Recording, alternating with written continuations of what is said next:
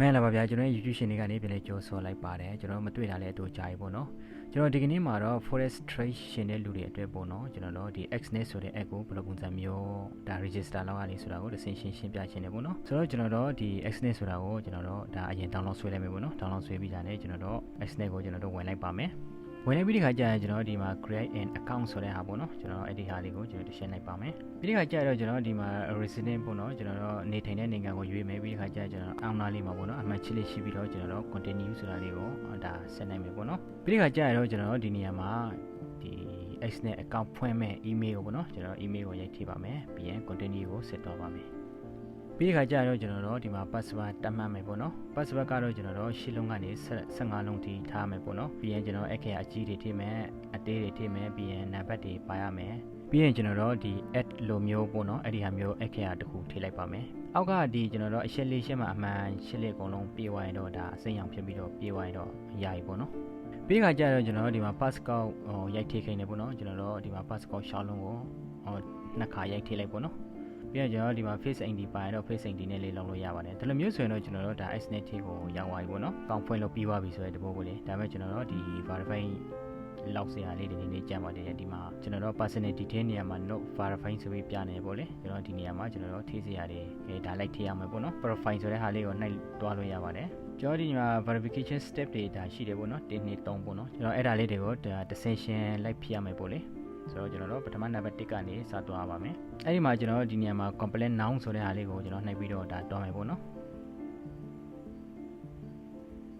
ကျွန်တော်အဲ့ကောင်နှိုက်လိုက်ရင်ဒီနေရာမှာကျွန်တော် send me a code ဆိုတဲ့ဟာရှိတယ်ပေါ့နော်ကျွန်တော်အဲ့ကောင်လေးကိုနှိုက်လိုက်ပါကျွန်တော်တို့ရဲ့ခုနကစူးစူးကထိခဲ့တယ်ပေါ့နော်ကျွန်တော်တို့ Gmail ထိကိုဒါကောက်နံပါတ်လေးပို့ထားပါလိမ့်မယ်ကျွန်တော်အဲ့ဒီကောက်နံပါတ်ကိုယူပြီးတော့ဒီမှာဖြည့်ပေးလိုက်ရုံပဲပေါ့နော်ပြီးရတဲ့ခါကျတော့ကျွန်တော်နောက်တစ်ဆက်အနေနဲ့ဒါဖုန်းနံပါတ်ကို verify လုပ်ဖို့လိုသေးတာပေါ့နော်ကျွန်တော်ဒီနေရာမှာကိုတောင်းမဲ့ဖုန်းနံပါတ်ကိုကျွန်တော်တို့ထည့်လိုက်ပါကျွန်တော်ဒီမှာထိုင်းမှာမို့လို့ကျွန်တော်ရှေ့ကဒါထိုင်းနိုင်ငံရဲ့ကောက်နံပါတ်ထည့်ထားတာပေါ့နော်ဆိုတော့ကျွန်တော်ဒီမှာဖုန်းနံပါတ်ထည့်လိုက်ပါပြီးဒီခါကျကျွန်တော် continue ကိုနှိုက်လိုက်မယ်ပြီးဒီခါကျတော့ကျွန်တော်တို့ဒီဖုန်းရဲ့ဒီ message ကိုပေါ့နော်ဒါကောက်နံပါတ်ရှောင်းလုံးပို့လာပါလိမ့်မယ်အဲ့ဒါလေးကိုယူပြီးတော့ဒီမှာထည့်ပေးလိုက်ရအောင်ပါပ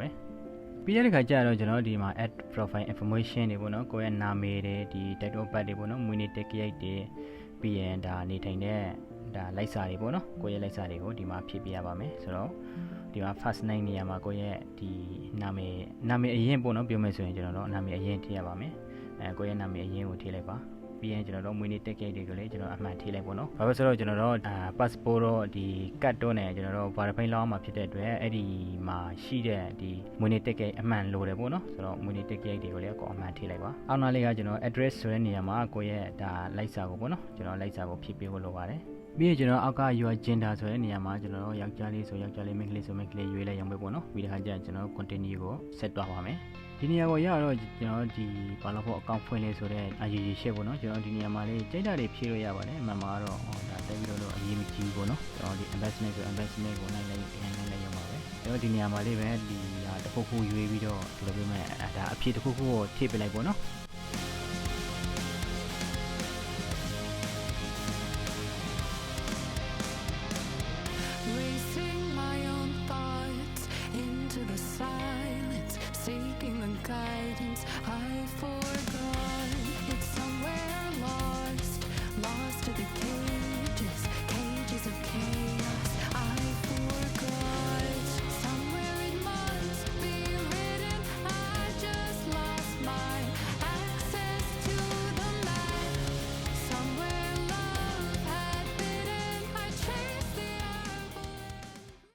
ဒီမှာကျတော့ကျွန်တော်ဒါ document verification တွေလိုလာပြီပေါ့နော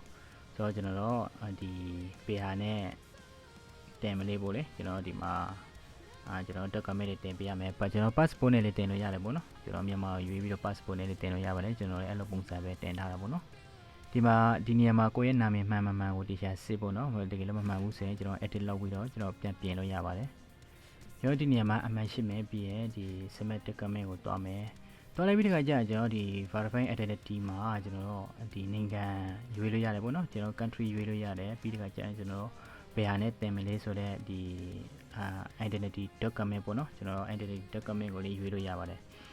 ဆိုတော့ကျွန်တော်ဒီနေရာမှာကျွန်တော်ကတော့ဒီမြန်မာရွေးပြီးတော့ကျွန်တော်မြန်မာ passport နဲ့တင်ထားတာပေါ့နော်ကျွန်တော်ဒီနေရာမှာမြန်မာရှိပါတယ်ရွေးရှာလိုက်ပါ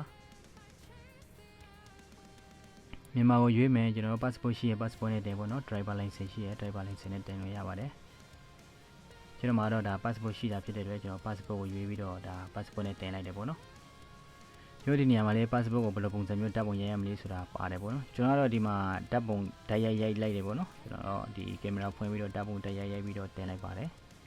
ဒီနေရာမှာတော့ကျွန်တော်နောက်တစ်ခုဒါထပ်တင်ရသေးတယ်ပေါ့နော်ဒီနေရာလိုက်စာပါတဲ့ဟာတစ်ခုခုကိုပေါ့နော်ကျွန်တော်တင်ပေးလိုက်ပါ ban statement နဲ့တင်တာကတော့ဒါအကောင်းဆုံးပဲဗျာကျွန်တော်လည်းဒီမှာ ban statement နဲ့ပဲတင်တယ်ပေါ့နော်ကျွန်တော် ban မှာဒီ ban statement စာရွက်တောင်းပြီးတော့ဒါမှကိုယ့်ဘာကို online ကနေထောက်ပြီးတော့ဒီ print ထုတ်ပြီးတော့အဲ့ဒီစာရွက်ကိုကျွန်တော်တို့တပ်ပုံရိုက်ပြီးတင်လိုက်မယ်ပေါ့နော်ဒါတော့အဲ့လိုပုံစံလောက်ပါတယ် ban statement နဲ့ကပို့ပြီးတော့လွယ်ပါတယ်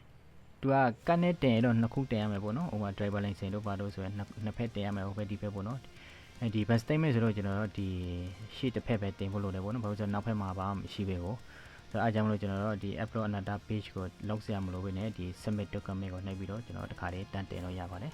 ဒါမျိုးပုံစံဆိုတော့ကျွန်တော်တို့ဒီ your document are under review ကိုနော်ကျွန်တော် review လုပ်နေပါပြီဒီဟာကတိတ်တော့မကြဘူးဗျာဒီ minute မကြတယ်ပေါ့နော်2မိနစ်3မိနစ်တိုးတွဲမှာကိုကျွန်တော်တို့ဒါရတယ်ပေါ့နော်ဆိုတော့ခဏနေရင်ဒါအကုန်လုံးက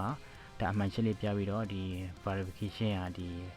အကုန်လုံးပြီးပါပြီပေါ့နော်ဆိုတော့တော်တော်လေးကိုတော့လွယ်ပါတယ်ဆိုတော့ဒီမိတ်ဆွေတို့အနေနဲ့ဒီ trading ကိုစိတ်ဝင်စားတယ်ဆိုရင်ဒီ X နဲ့အကောက်ကတော်တော်လေးဖွင့်ရတာလေးလွယ်တယ်ပြီးတော့ရတာလေးတော်တော်ကောင်းတယ်ပေါ့နော်ဆိုတော့ကျွန်တော်တို့တကယ်လို့အကောက်ဖွင့်မယ်ဆိုရင်ဒီ video ရဲ့အောက်ကကျွန်တော်ဒီ description မှာပေါ့နော်ကျွန်တော်ရဲ့ဒီ link ကိုရှာပေးထားပါမယ်အဲ့ဒီ link ကနေကျွန်တော်တို့ဒါ decision နှိပ်ပြီးတော့ဒါဝင်ပြီးတော့ဖွင့်ရမယ်ပေါ့နော်ကြည့်ရှုအားပေးတဲ့တယောက်ချင်းစီတိုင်းကိုလည်းကျေးဇူးတူတင်ရှိပါတယ်